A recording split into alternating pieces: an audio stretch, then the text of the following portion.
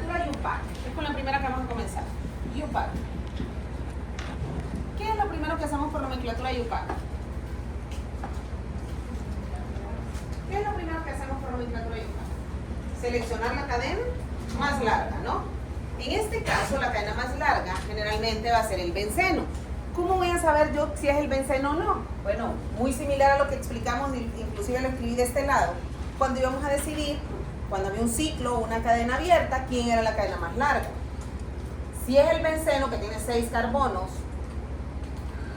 y hay un sustituyente, voy a decir, como este, ¿quién es la cadena más larga? ¿Quién tiene más carbonos? En este caso, el benceno. Pero ¿qué ocurre? Por ejemplo,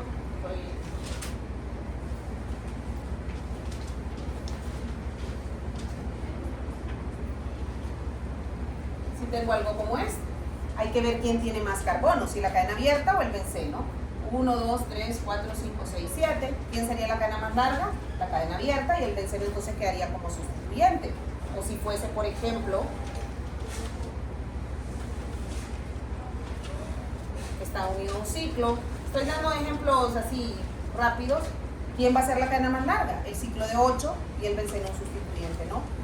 ¿Qué ocurriría si fuesen 2 bencenos unidos? Uno va a ser la cadena más larga y otro va a ser el sustituyente, por ejemplo, ¿no?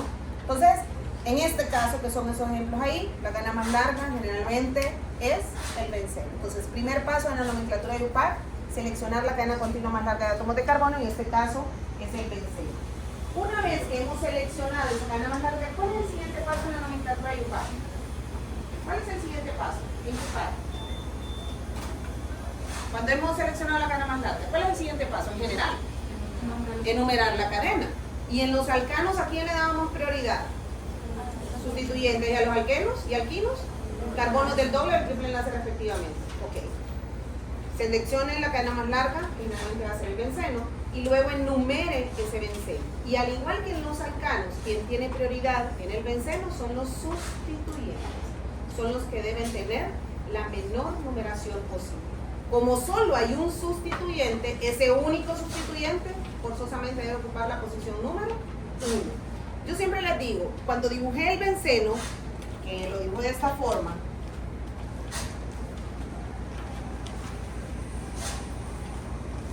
dijimos que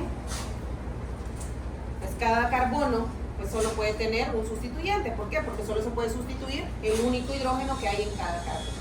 Y yo siempre les hago la referencia. Hagan cuenta y caso que el benceno es un aula de clase con 6 pupitres. ¿Sí? El primero que entra, cuando salieron los de las 7 y queda el aula vacía, dando un ejemplo hipotético, el primero que entra, me gusta sentarme al final, o me gusta sentarme enfrente, o le da a la derecha, a la izquierda, etc. El primero que entra, salud, ocupa la posición que le gusta, ¿no? Y es el primero. Claro, nadie dice, yo fui el primero. No celebramos todos los días eso, pero usted ocupa la primera posición. Entonces, ese único sustituyente que está ahí, independientemente en qué posición esté, ocupa la posición número 1. ¿Por qué? Porque la prioridad la tienen los sustituyentes. Entonces, seleccione la cadena más larga, que generalmente es el benceno, enumere esa cadena, en este caso es el benceno, dándole prioridad a los sustituyentes, y como solo hay un sustituyente, ese único sustituyente le va a colocar la posición número 1. Y por último, ¿qué dice UPAC? Identifique sustituyentes por número y nombre. Y antepóngalos en orden alfabético. En este caso, solo hay uno, solo hay un nombre, pero el nombre de la cadena más larga es el benceno. ¿Cómo se llamaría entonces? Dijimos que independientemente de la posición, como hay un único sustituyente, ese ocupa la posición número 1. ¿Cómo lo voy a nombrar? Voy a hacer uno y luego vamos viendo los otros. Un metil, la cadena más larga es benceno. Un metilbenceno, hidroxibenceno. Como solo hay uno, un sustituyente, podríamos obviar en este caso, como solo hay un sustituyente, y no escribir el 1. Y en vez de escribir un hidroxibenceno, por ejemplo, o un metilbenceno, podemos escribir solamente metilbenceno. Se sobreentiende que no aparece el número, solo está en la posición número 1. A mí me gusta escribirlo de forma particular, ¿no? Pero podría obviarlo, pero también podría escribir usted nitrobenceno. Se sobreentiende que ese nitro al que está haciendo referencia, como solo es uno, está en la posición número 1. Démosle el nombre a los demás para luego hablar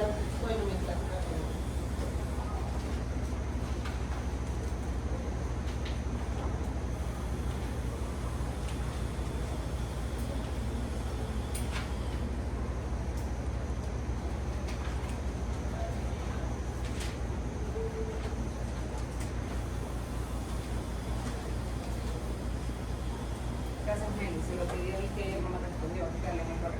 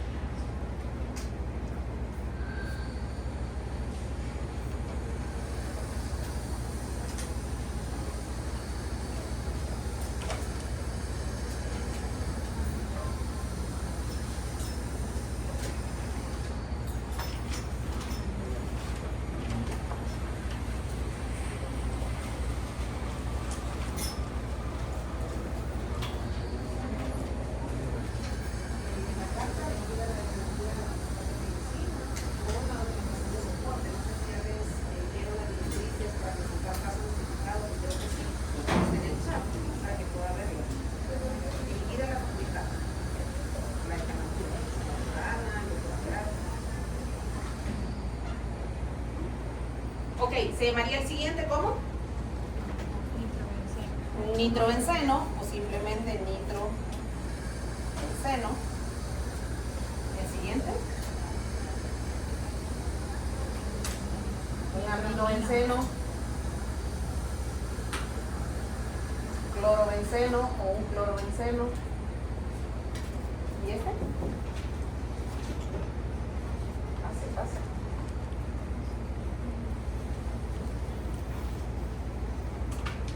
Un isopropilbenceno.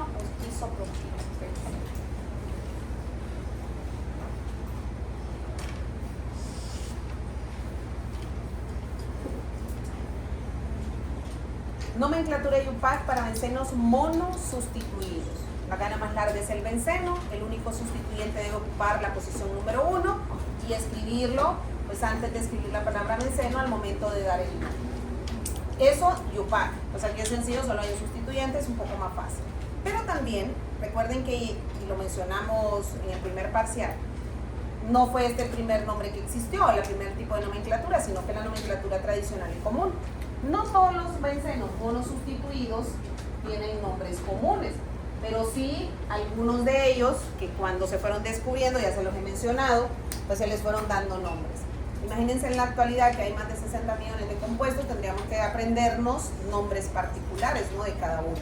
Por eso se creó la nomenclatura IUPAC, si no tendríamos que aprendernos el nombre de cada compuesto de forma particular, que no es el caso ahora. Pero hay algunos nombres que la IUPAC todavía reconoce como nombres por los usos que se le da. Por ejemplo, ¿cómo se llama? Alguien por ahí medio lo mencionó cuando le dije ¿cómo se llama? Al verlo así, generalmente la gente no lo reconoce como un hidroxibenceno, sino que lo reconoce como fenol. Entonces, son nombres, por ejemplo, el fenol es el hidroxibenceno. Entonces yo les digo que esos nombres comunes es como esos apodos, ¿verdad? Que en la casa generalmente salen de la casa, Tita, Chayo, Paco, no sé, nos dicen, son esos apodos, ¿no? Entonces usted debe recordar que fenol es el hidroxibenceno. Entonces esos nombres sí debe manejarlos y lógicamente tendrá que recordarlos porque no siguen ninguna característica en común. Si no supiésemos nada y usted ve fenol, ¿qué es el fenol? Un alcohol, una amina, un éter, ¿no? Y ustedes tienen varios por ahí, creo que están en la página, al final de la página 1 o a inicios de la página 2 de su material. Y por ejemplo, que el metilbenceno se conoce por nomenclatura común como tolueno.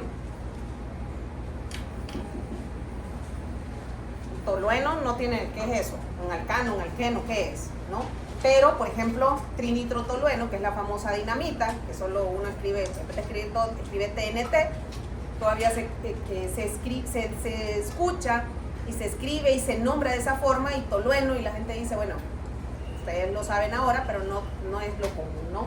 O el aminobenceno que se conoce como anilina, ya dijimos el hidroxibenceno, el isopropilbenceno se conoce como cumeno, y así entre otros. Tienen ahí ustedes alcohol bencílico, tienen estireno, ácido benzoico, entre otros, ¿no? Entonces sí tienen que leerlos, tienen que recordar. Si yo lo voy recordando en la medida, luego de este tema va el polifenol, el alcohol bencílico tal cosa, o el fenol tal cosa. Cuando hablamos de éteres, el anisol, ¿y qué es anisol? Usted va a recordar que el